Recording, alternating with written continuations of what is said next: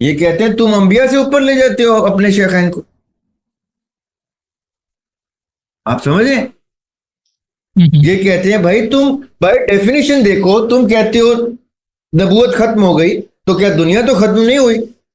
دنیا میں جو باقی کام ہے وہ ہم نہیں کرنے ہیں نا پھر.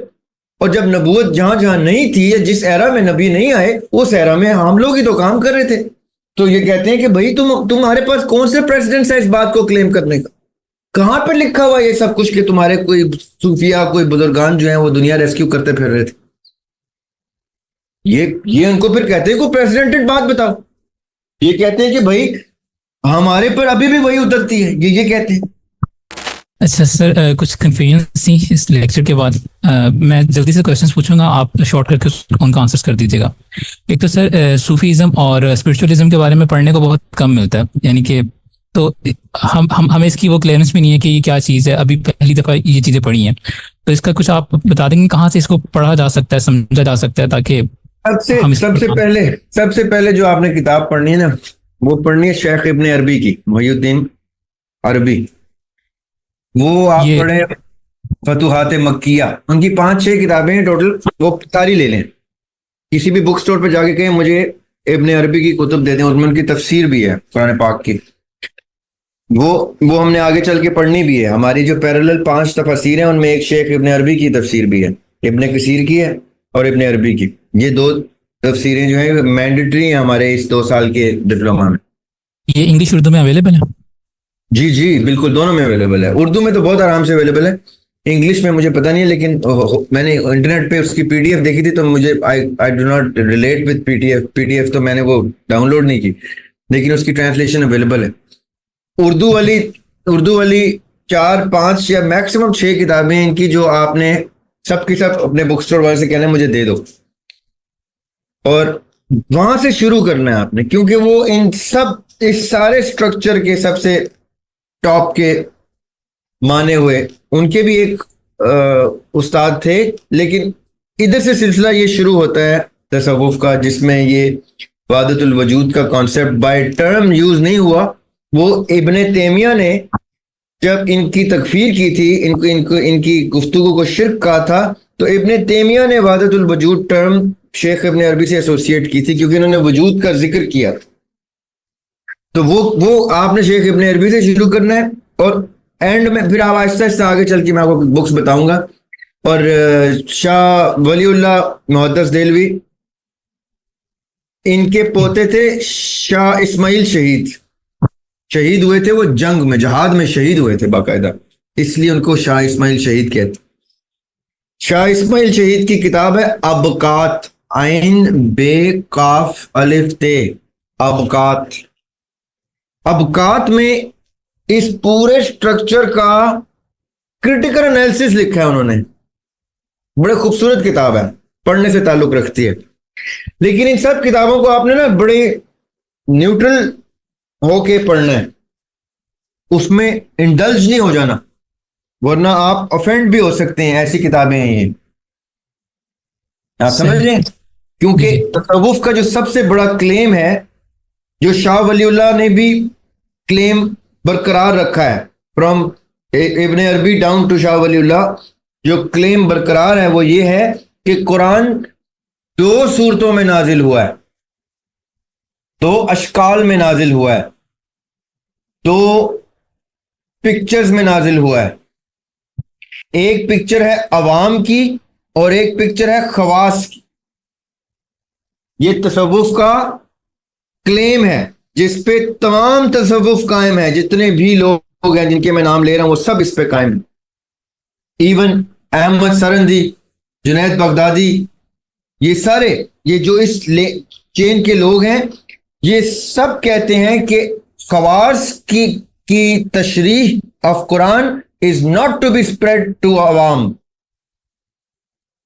آپ پوائنٹ سمجھ رہے ہیں؟ اب جی شاہ ولی اللہ ایک ایسے جید عالم ہیں کہ مولانا اشرف علی تھانوی صاحب، احمد رضا بریلوی صاحب، یہ دونوں ان کو استاد مانتے ہیں، یعنی استاد لیول کا درجہ دیتے ہیں، عالم لیول کا درجہ دیتے ہیں. حالانکہ ایک اہل سنت ہے ایک اہل حدیث ہے, سمجھ رہے ہیں, دیوبند ہے, آپ سمجھ رہے ہیں. جی جی یہ دونوں دیوبند اور اہل سنت یہ ماننے کے, شاہ ولی اللہ کو تسلیم کرنے کے باوجود ان کے تصوف کی اصطلاحات سے روگردانی کرتے ہیں, لیکن چونکہ ان کو جید عالم مانتے ہیں تو ہلکی ہلکی جھلک ان کی دونوں کی گفتگو میں پائی جاتی ہے جو اہل حدیث میں نہیں پائی جاتی. اہل حدیث اپنے آپ کو ڈیٹیچ کرتے, اہل حدیث کہتے ہیں کہ بھائی ہم نہیں مانتے ان چیزوں کو, ہمارے لیے روایت کی صحت آخری حجت ہے. اب روایت کون سی؟ جو سیاہ ستا میں آئی ہے. آپ سمجھ رہے ہیں بات؟ ہاں جی احمد رضا خان صاحب کہیں گے کہ مقلد بن جاؤ ایک فقہ کے, اشرف علی تھانوی صاحب کہیں گے مقلد بن جاؤ ایک فقہ کے, اہل حدیث کہیں گے مقلد بن جاؤ لیکن صحیح روایت کے, چاہے وہ کسی بھی کتاب سے مل جائے, کسی بھی فقہ سے مل جائے. یہ ڈفرنس ہے ان تینوں کی. میں نے آپ کو جو سرسری سا ایک مین ڈفرنس بتا دیا. ان تینوں میں تمام ان کے جید علماء شاہ ولی اللہ محدث دہلوی کی حیثیت کو ریکگنائز کرتے ہیں, کیونکہ شاہ ولی اللہ نے جو اس سائڈ کی کتابیں لکھی ہیں وہ بہت خوبصورت کتابیں ہیں جن کو یہ سب مانتے ہیں. جو اس سائڈ پہ وہ آئے ہیں انہوں نے پیرلل میں یہ جو کتابیں لکھی ہیں انہوں نے کہا یہ خواص کے لیے, یہ عوام کے لیے نہیں. اب یہ ایک لمحہ فکری ہے میرے آپ جیسے آدمی کے لیے کہ بھائی اس کا مطلب ہے قرآن خواص کا ہو رہا ہے عوام کا ہو رہا ہے, تو کہتے ہیں جی ایسا ہی آپ ہماری فلاں تفسیر پڑھیں جو خواص کے لیے, فلاں تفسیر پڑھیں جو عوام کے لیے, آپ کو زمین آسمان کا فرق دکھائی دے گا. تو ہم کہتے ہیں یہ کیا بات. تو پھر ہم کہتے ہیں تو انبیاء کون سی تفسیر بیان کرتے تھے, تو کہتے تھے عوام والی, کیونکہ ان کا کام تھا عوام کو ایڈریس کرنا, انہوں نے سسٹم ان پلیس کرنا تھا جو گراس روٹ لیول تک جاتا ہے. تو یہ جو اسٹیٹ آف کنفیوژن جنریٹ ہوتی ہے یہ ایک محقق کے لیے فوڈ فار تھاٹ دیتی ہے کہ اچھا اب تو مجھے پھر ان کی ساری کتابیں پڑھنی پڑیں گی. Then you go through all their material and you are amazed کہ یہ ایک ہی آدمی ایک طرف ایک سورت کی تفسیر کچھ لکھ رہا ہے اور دوسری طرف تفسیر کچھ لکھ رہا ہے. اب میں اس کی کون سی تفسیر کو مانوں؟ ان میں سے یہ شخص کون سا ہے؟ They become two persons in one. پھر ان کے پوتے شاہ اسماعیل شہید جن کا میں نے ذکر کیا ہے, انہوں نے پھر ابقات میں یہ ساری باتیں لکھی ہیں کہ یہ ایسے ہے, یہ ایسے ہے, خواص کی یہ گفتگو کرتے ہیں, عوام کی یہ کرتے ہیں. انہوں نے بڑا خوبصورت ہے, وہ ابقات کو آپ نے لازمی پڑھنا. ٹھیک. ویسے سر دوسرا کوشچن یہ ہے کہ اب ابھی تک جو انڈرسٹینڈنگ تھی کہ انسانوں کا پرپس یہ ہے کہ ہم نے یہاں پہ سسٹم ایک اسٹیبلش کرنا ہے دنیا میں, لیکن صوفیزم کو پڑھ کے ایسا لگتا ہے کہ جیسے قرآن کا مقصد ٹھیک انسانوں کا نہیں. ٹھیک ٹھیک بائبل کے انسان کچھ اور کہہ رہے ہیں, گیتا کے انسان کچھ اور کہہ رہے ہیں, قرآن کو ماننے والے یہ کہتے ہیں. ہاں جی, قرآن کے ماننے والے یہ کہتے ہیں کہ انسانوں کا دنیا میں جو مقصد ہے وہ سسٹم اسٹیبلش کرنا ہے اللہ تعالیٰ کا, اقامت دین ہے. جی جی. اور صوفیزم میں پڑھنے کے بعد ایسا لگتا ہے کہ جیسے کہ اللہ تعالیٰ کچھ انسانوں کی ڈیوٹیز لگا دیتے ہیں, تو یہ ڈیوٹیز سسٹم اسٹیبلش کرنے کے لیے ہی ہوتی ہیں یا کچھ اور ڈیوٹیز ہوتی ہیں؟ دونوں ہوتی ہیں. اب آپ وہ پڑھیے گا ابقات, اس میں وہ کہتے ہیں کہ سسٹم اسٹیبلش کرنے کی ڈیوٹی انبیاء کو دی گئی ہے, اور انبیاء بھی اسی لیول پہ ہیں جہاں پہ ہمارے شیخین ہیں.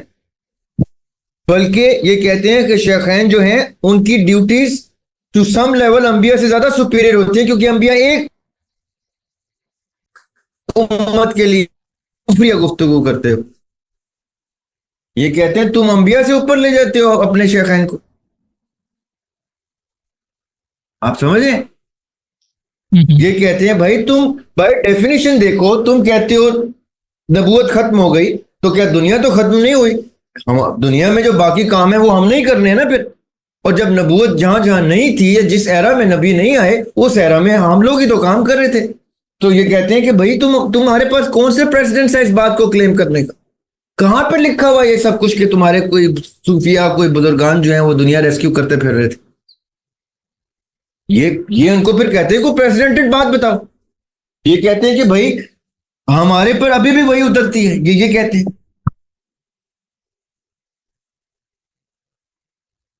تو یہ بڑا انٹرسٹنگ پوائنٹ ہے پڑھنے کا ایز اے محقق. آپ کہتے ہیں بھائی ان کو پڑھو, یہ کیا کہہ رہے ہیں, کیا گفتگو کر رہے ہیں. ٹھیک سر. ان کو آپ آؤٹ رائٹلی ریجیکٹ نہیں کر سکتے. You have to read them to reject them. کسی کے کہنے پہ ریجیکٹ نہیں کرنا, پہلے پڑھیں, کیا پتا آپ کو کوئی ایسا مٹیریل ملے کہ یار ٹھیک ہے میں یہ بات واقعی عوام تک نہیں کر سکتا لیکن یہ بات مجھے سمجھ میں آ گئی ہے کہ کچھ ہے اس کے اندر. خوبصورت سبجیکٹ ہے, پڑھنے سے تعلق رکھتا ہے.